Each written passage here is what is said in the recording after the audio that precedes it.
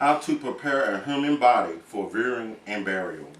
Preparing a human body for public viewing and burial requires that a number of processes are completed so that families are able to preserve fond memories of their bereaved loved one.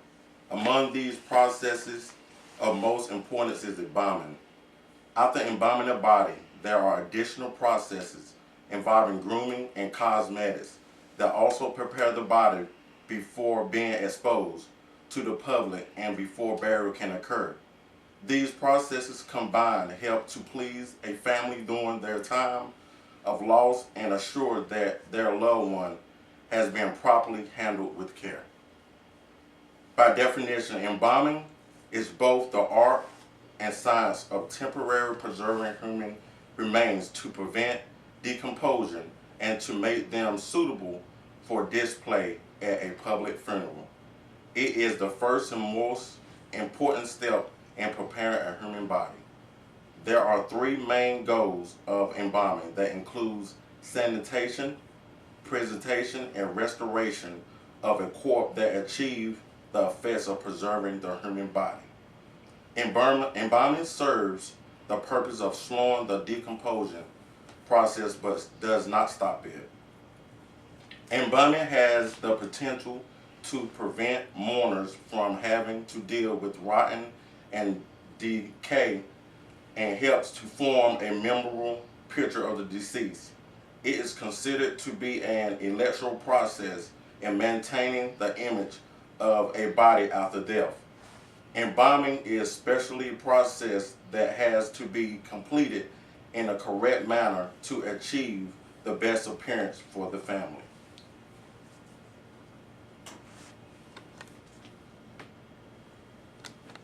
Grooming. Grooming occurs after the deceased has been embalmed, transferring the deceased into the embalmer's care. Normally automatically includes restoration grooming and cosmetics, unless otherwise requested by the family. The embalmer will normally ask the family for a picture of the deceased to guide their hands in making them look as natural and close to their appearance as possible. After a human body is cleaned thoroughly and dried, a moisturizing cream is usually smeared onto the face. A germ soap is used to rid the body of any additional bacteria or parasites. Rigor mortis is used to describe the stiffening of the body and can set in quickly, so it is important to close the eyelids and jaws within the first 3 hours of death. The embalmer will then allow the body to sit for observation for as long as needed. After being dressed for visitation, and the funeral service makeup is applied to make the body give the impression of a lifelike human being and to create the positive, long-lasting memory for families and friends. If at all possible, the funeral director uses a light, transparent makeup that is sometimes heavier, solid, used to hide bruises, cuts, or discolored areas. Cosmetic are applied to the lips to imitate the human's natural lip color. Sometimes a very pale or light pink lipstick is applied on males. White, brighter colored lipstick is applied on females. Hair gels and baby oil is applied to style a hair on males, while hairspray is applied to style hair of females. Powders, more commonly baby powder, are applied to the body to reduce the instance of odor, and it is also put on the face to achieve a finishing effect that aids to preventing oiliness. It is designed to add depth and dimension to the person's future that lack the blood circulation has removed.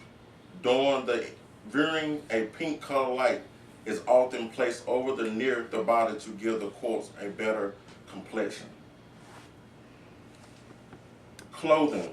Family and friends will usually select clothing that they feel is appropriate for the deceased person to wear and give it to the funeral directors or undertaker. The actual dressing of the body is actually done by the undertaker or mortician. The type of clothing can be anything that the family or friends think is best. It is really the matter of personal choice. Undergarments, pampers, upholsteries are all used if the family so desired, and the deceased is dressed in them as they would be in life. It is a form of respect, and it's sometimes used to catch fluids that may run after death has occurred. In some instances, a funeral director will ask a family for a specific style of clothing to hide bruises, autopsy markings, or marks that were a cause of death. In most cases, dressing a corpse requires that one places the clothing on from the front to ensure properly fitting. Because it is impossible to bend arms and other body parts, clothing are more properly cut down the back to be placed on the deceased. Casket placement and burials. After the deceased has been dressed, they are moved from the preparation table, then placed into the casket or coffin of choice. Body lifts are often used to move bodies from the preparation table to the casket without damaging and preparing corpse. Using the body lift requires heavy-duty straps that lift and hold the body up for positioning before being placed in the casket. The body is then positioned for viewing by the family and the public. The positioning of the body is important. Conclusion. Death is unthinkable, but deceased bodies require preparation before a funeral and burial can occur. If there is to be an open casket viewing, the funeral home of the family choice is charged with preserving the remains and meeting the needs of the bereaved family. They are additionally given the responsibility of maintaining the most natural, lifelike look of the deceased. In order for such to occur, funeral directors must safely transport the body, properly embalm, groom, and clothe the body before viewing the burial. Are there any questions? As far as the makeup is concerned, do the family provide that, or did the funeral director have it? The funeral home has it. Okay. The funeral home has everything. Another question? Okay, concerning clothing, do they also wear shoes? They can if the family requests so. Different states have different guidelines. Okay. North Carolina, you must wear the garments, underclothes, socks, stockings, and things as such. What if you want to wear your own makeup? Can you provide your own makeup Most instead of definitely. referring for home makeup? Most definitely. Okay. Sometimes funeral homes don't really know what the person uses. That's why we ask for pictures and stuff like that. Oh, I have another question. Styling of the hair, who does the hairstyling? Do the funeral director do, or the family member, whoever? Basically, you ask the family. A lot of funeral homes contract a lot of cosmetologists or barbers to do their work. But if the family wants to do it, it's most definitely up to the family. The funeral home basically want to make the family as easy and pleased as possible. So whatever the family wants to do that is lawful, we can do it. Any more questions?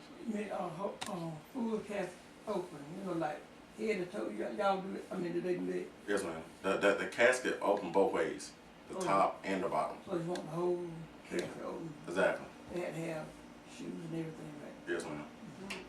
You can do that. You can request that if you want to. That extra choice? No, ma'am.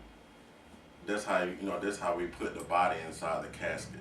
We have to open both part of the casket to put them in there, so you can use it either way. Normally just the head, the waist up, but it's up to the family. What is the normal price of a funeral now? No, you get out cheap as you can, but make them look nice as they can. About what the average price is that they run you now? Depending on where you are, you have the funeral home that I work at. It starts at $6,500 and goes all the way up to $25,000. Right. It totally depends on how many cars you want. You know, whatever you need, whatever you want, basically. Okay. You all about about 6,500 though, or put it by average funeral. I mean, you can get it down to 35. Oh, it's 35. Okay. Like I said, depending on where your location, the competition, they go around and try to find out how much the funeral home charges over here, and Right. they just compare prices. That's how it is. But it's totally what you want. I seen some. The expensive one, I seen someone that didn't have no flowers or nothing. Yes. Oh, right. And people think that's the funeral home Well, job. But they only pay for. Yeah, exactly. It's already paid, but the funeral home don't give flowers. Oh. That's up to the loved ones, the family and friends. Right. So it's totally what you want. If you want 3 family cars, a nice hearse, then a casket, and depending on what you want. And then depending on how much it charges to embalm, and Right. depending on a lot of different other things. So how much is a family car? No, one, and then how much 3 would be? See, I'm kind of telling all our business now. Oh. I'm good. It can vary from $300 to $400 a car, Oh, okay. easily, Right. if not more, depending on if we had the presidential cars or we just had a regular car. So it goes up. The funeral home I work to, they have presidential cars, so it's higher than. Well, what name your funeral home you work here? I'll tell you when once the camera's on. You can ask questions.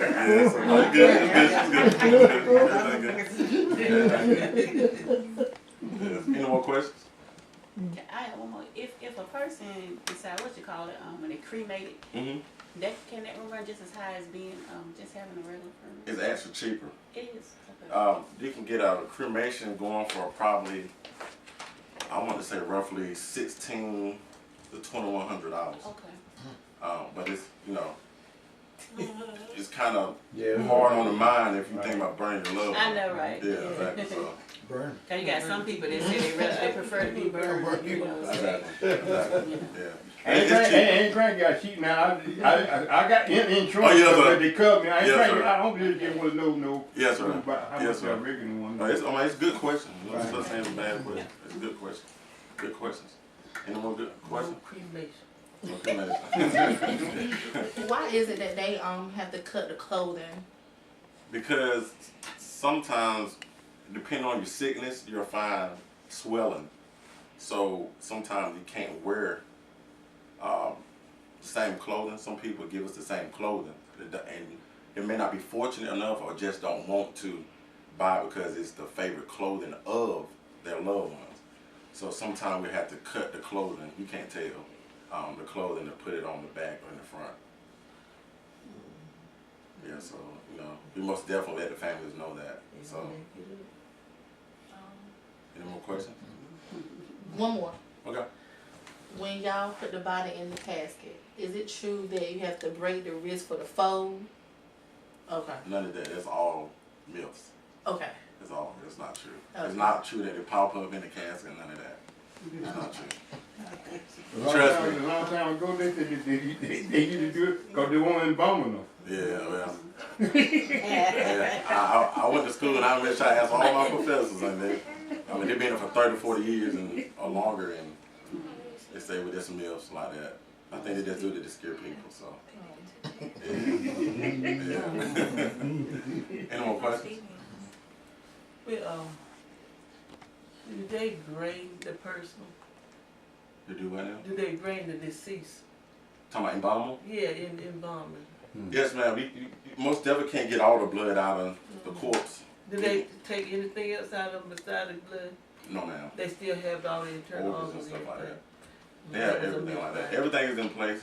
Then you go into the autopsy, depending. It's a lot of different other steps. So, Okay. a lot more different steps. Any more questions? it. We did. All right. Yeah. Thank you all. You did good. Yeah, good.